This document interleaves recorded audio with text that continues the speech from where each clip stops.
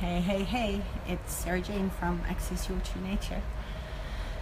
Happy Monday to you. It's pretty bright out here, isn't it? I feel like I'm squinting a little bit, but anyway, here I am, Monday, and I realized that yesterday when I was really going deep down after I had had a house full of people and I was sort of left tidying up and just sort of tapping into my father stuff and missing my father and not knowing that he wasn't there to see my child grow up, or just some of the stuff that was coming up. And there's a lot of stuff, hi Anjana, around my dad that was coming up, and this whole thing around over-functioning. And I know it's a huge topic, and I barely brush the surfaces of all the places where I'm still integrating and letting go of this thing that my father was for me, and where he was like always telling us, you were number one and you were nothing. So a funny thing also happened in the last 2 weeks for me, that it was one of those spontaneous moments that I really wanted to share, and I'm not sure where I'm going in this conversation other than I wanted to speak about this over functioning addiction that is so easy to go into if you've come from a place of knowing that you think you're never enough, or you keep being told that you're not enough. So where this is a narcissistic abuse of emotional or mental patterning, where you just keep being told over and over that you're stupid, or who do you think you are, and you can't do this, and everything else. And a challenge that I set to a lot of the people that have gone through my 7-day Believe challenge, and on one of the days it was to choose something that was out of your comfort zone that you have always wanted to do. So whether that was playing the violin or pole dancing or whatever it was, the day or on that day, or the place to stretch out of the comfort zone, was to pick something that you've always wanted to do but you've always put off doing, and go do it, and practice and do the training and get better at it. And it had to be a thing that you were not going to choose because you have the expectation that if you did that you could make money out of it. So this challenge has been amazing, and I've seen it change a lot of people's lives. Hi Faraz. You always say, how are you? I'd be interested to know what you're doing on these Facebook Lives, and how you, if they're contributing to your life. And let me know where you are as we talk around over-functioning today, and this funny thing that happened to me on the way to my own stretching outside of my comfort zone the last 2 weeks. So anyway, there's a competition called the Great South African Bake Off that is a license of the British Bake Off, and there's an Irish one and an American one and an Australian one, and I really love the program. And I always said to my mother, Mom, you should do that, because she's an amazing baker, she's an incredible cook, and she's fantastically patient with sculpting icing and all sorts of things. So I said, you're like Mary Berry, you should enter this competition. So, I kept seeing this ad coming up for, if you're an amateur baker, enter the Great South African Bake Off. Hi, Maurice. And I thought, oh yeah, I could do that. That would be fun.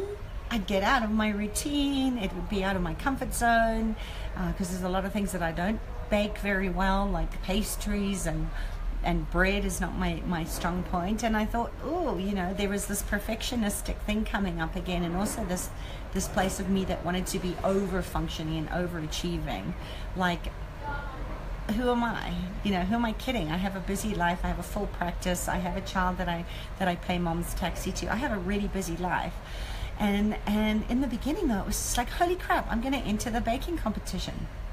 So I filled in the entry form, and they said, don't expect to hear back from us. We have so many entries coming in. You're not likely to hear from us for a couple of weeks. And lo and behold, the next day I get this email saying, we want more. We want to see more of your bakes. We want to see more of your what you can create. And so I sent them more pictures, and I had to dig in the archives and phone my mom and find all Thalia's old birthday party delights and sent them all in, because it still felt really light and expansive and fun to be able to do something for myself that was just going to be fun.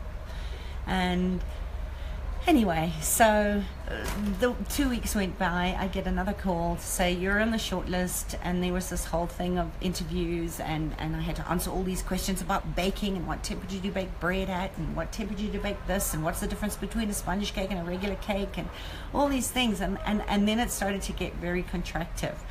And I started going, holy crap, this isn't fun anymore. It felt like I was being put on under the, spotlight again, and that pressure test of testing and failing and sounds great, yeah. And then there was a moment where it just was like, this isn't fun anymore. And then I, of course, passed the test, managed to get through it, and then I started to think about, what the hell am I doing? Why am I entering this thing? Well, because it felt like fun, and because it would be something different, and I'd get to bake. And anyway, I went round and round and round and round, and I thought, okay, you know what? There's nothing to prove, and I have to reach toward what I want, and not sort of grieve the loss of the old skin. When a snake sheds its skin, or your nail falls off, like I talked about yesterday. You don't grieve for the part of you that's gone, because you're going to be growing into new places and new spaces. So the next step in this whole process was that on next week I have to take a savory bake, and I have to take a sweet bake through, and it's the tasting, and got to wait outside all day with all the other 100 of people that are on the short list, and I went into total panic. I was like totally pushed outside of my comfort zone, because the fun had disappeared. I was like, what the fuck just happened here? That I was sitting the one night after this whole thing, feeling this pressure and this contraction, and going with my headphone on the one thing, watching the British Bake Off, watching the Irish Bake Off, and I had YouTubes going with the Great South African rerun Bake Off from the last series, and it just started to feel like this pressure. And I thought, I don't want to do this. I actually don't want to do this. I don't need this kind of stress in my life, on a very full, busy life that I create my own stresses of in the first place. So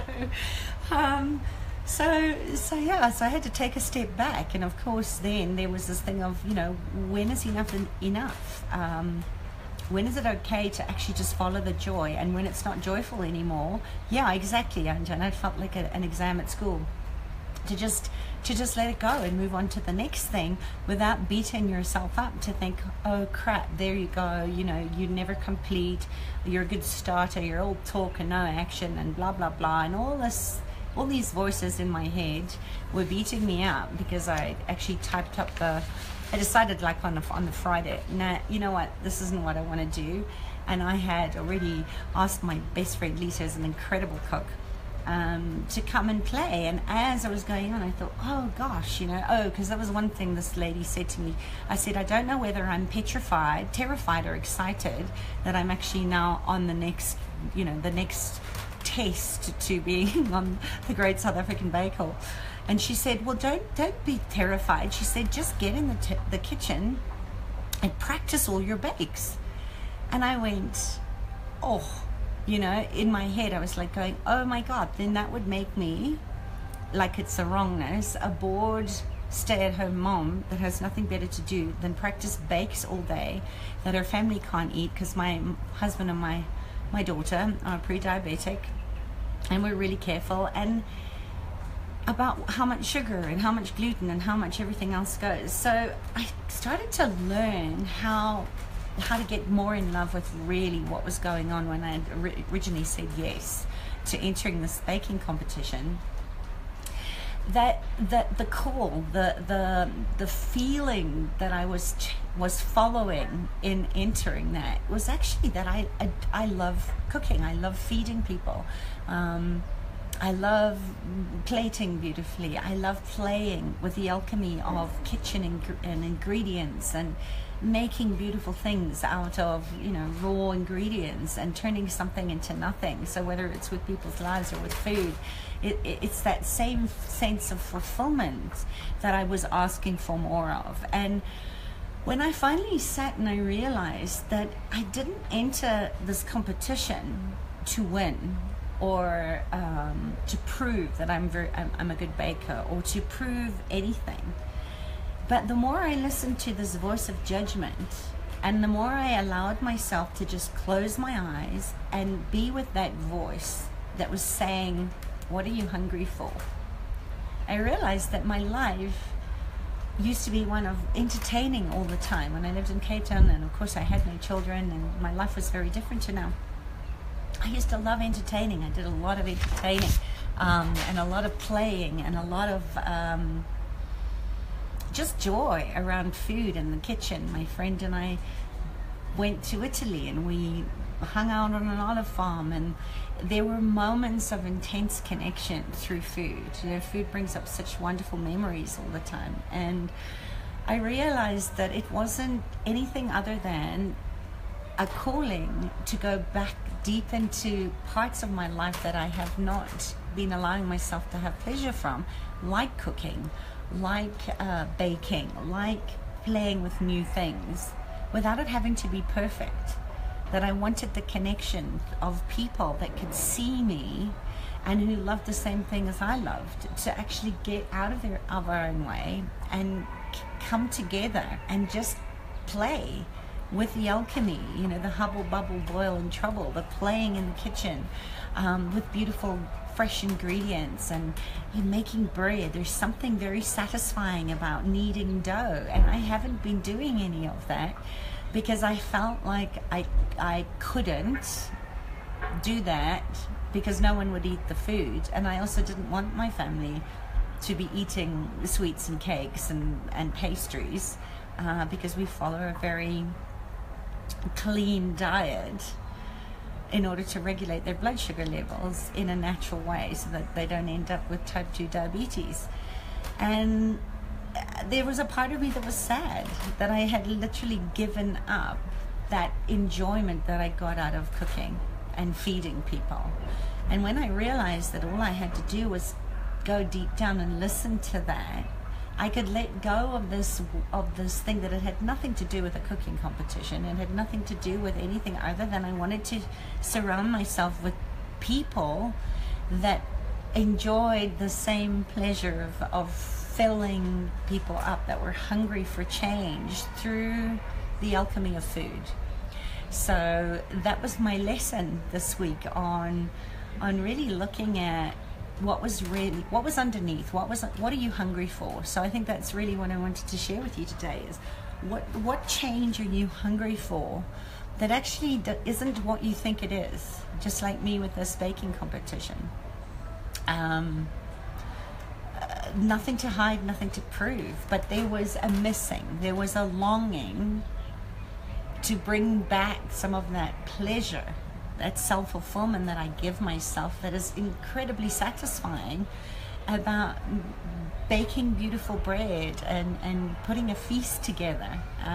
We used to do white mischief parties in Cape Town on the Boxing Day, because I didn't have any blood family in Cape Town, so we always used to have this open house the day after Christmas where everybody would just come and hang out, and there was this beautiful buffet of food that we'd prepared, my friend Lisa and I had prepared, and it was fun because we were always learning and we were experimenting, we were trying new recipes, and there was just this beautiful sense of fulfillment that came from being in that creative space of the kitchen and the culinary arts and tasting food and being with people that loved to eat and loved to create that way.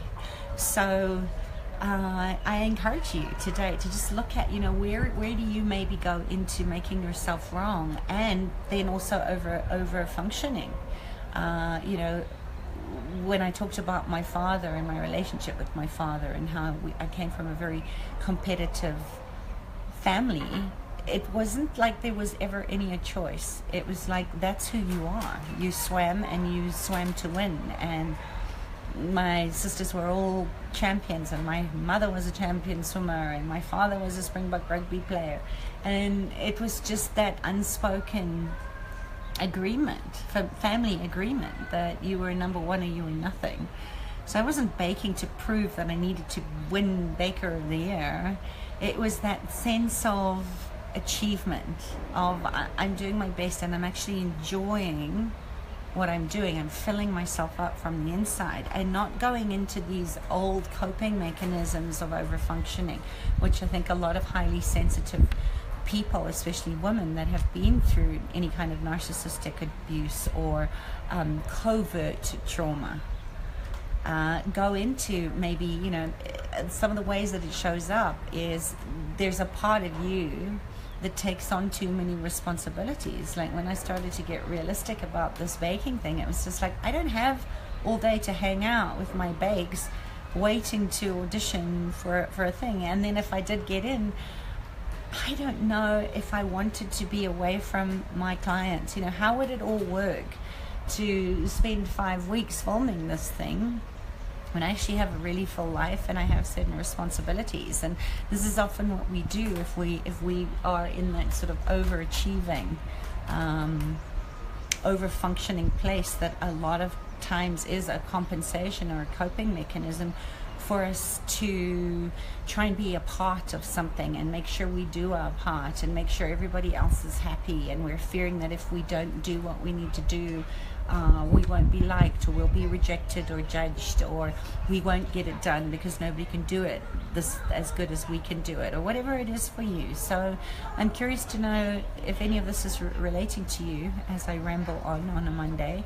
But, you know, some other over-functioning behaviors can look like you think you look like you have everything together on the outside.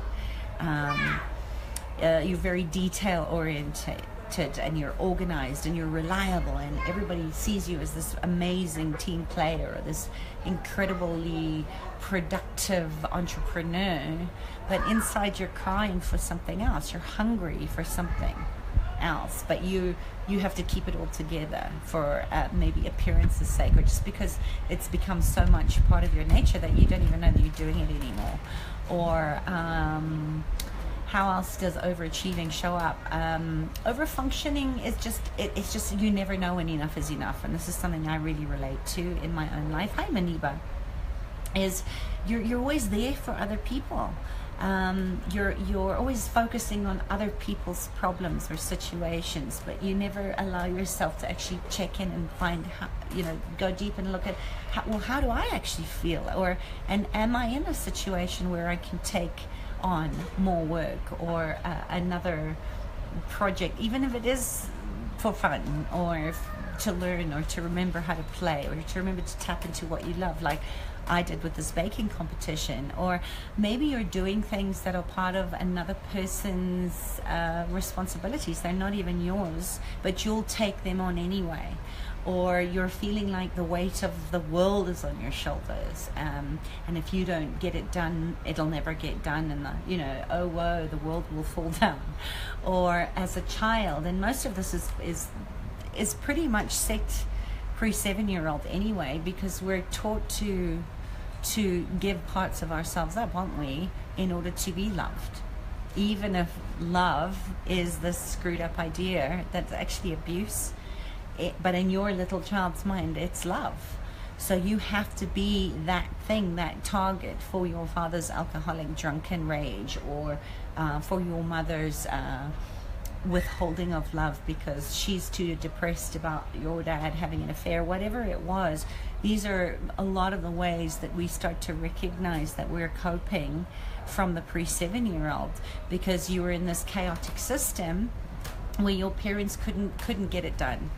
And you stepped in and you became the perfect child, or you became the parent to your child, and you're always like, oh, she's such a good girl, right? And if you're being a good girl, then you can't be anything else but the good girl. So we're always avoiding, as we grow into our adult lives, this place of avoiding confrontation, avoiding conflict, avoiding screwing it up, where you're exhausted because you're trying to maintain this huge outward persona or this huge outload that isn't even yours to carry, but you can't help yourself but do it. And then you start to feel very unappreciated and resentful to those people that around you, that you've taken on this stuff without even asking them. You know, it was never your place to take it on. So if any of that sort of sounds like you,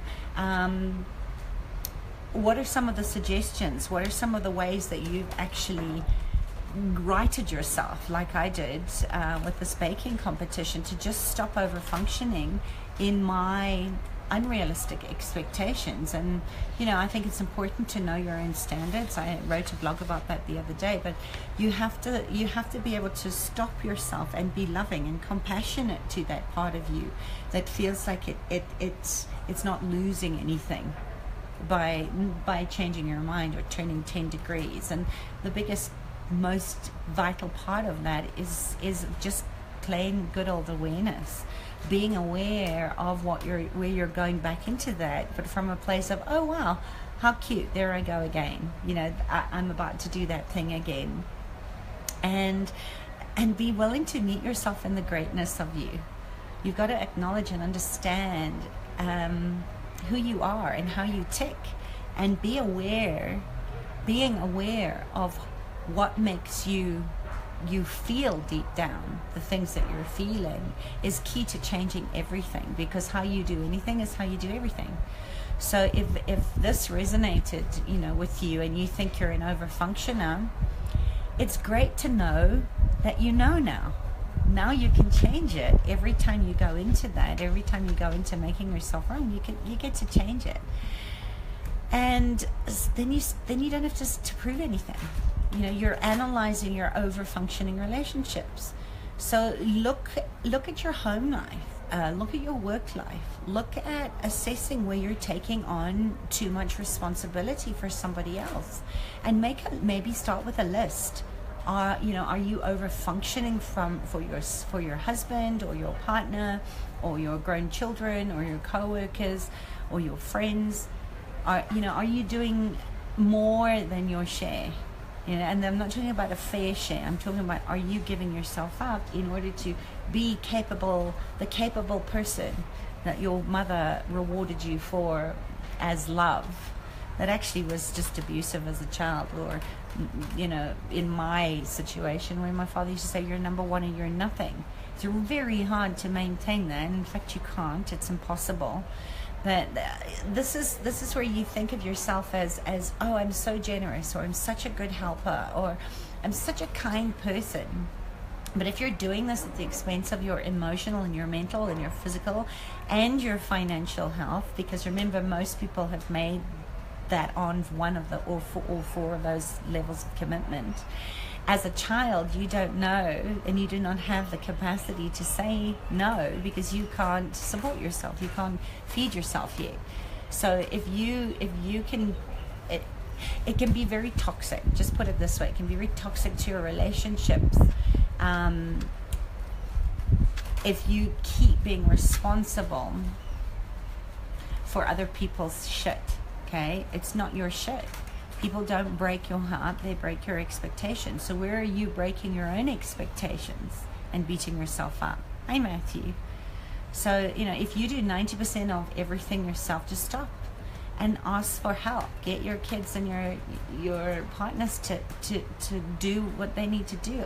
Tell them what you need. This is about safe boundaries. And I put that PDF out last week for you to be able to do that. You know, everyone should be willing to aim for a win-win and be part of a solution that's bigger than you. Because the thing is that you don't stop, you're going to end up being resentful, and you're going to end up being burnt out and exhausted. So just take a small step today to ending this anywhere where you feel like you're in that over-functioning codependent cycle of being responsible for everything but yourself. And just be gentle with yourself. Tread gently. And just take it one step at a time to look at, oh wow, am I going into that coping mechanism again, when actually all I need to do is push pause and ask for what I need.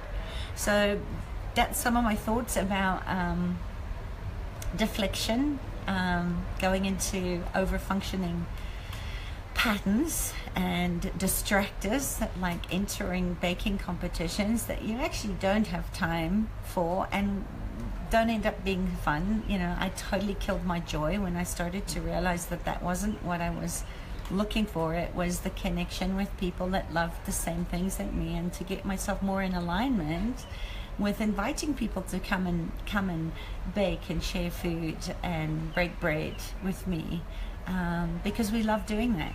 So what are you hungry for change for this week? We're going into a full moon on the new moon on the 20th in Cancer, so this is very much that very sensitive internal landscape that we're being invited to at the beginning of a new moon, to just assess and integrate and ask these questions of where you may be out of alignment, or where are you going into over functioning as a way to fill yourself up, rather than look at this as an opportunity to really get back on track with your North Star and have more joy and ease and fulfillment and connection in your life. So I'm definitely going to be doing more of that. And I wish you a wonderful, wonderful week ahead. Let me know where you're over functioning, and if you need any support. I think I have two spots left for clarity discovery sessions, just to see how we can close that gap for you and get you back into alignment with your true nature and what you're wanting to show up in your life, without having to go around the garden path or into a whole nother stressful situation like I was doing with this great South African bake-off. All right, so let me know what you're hungry for changing, and if I can support you. All right, lots of love. Bye. Mwah.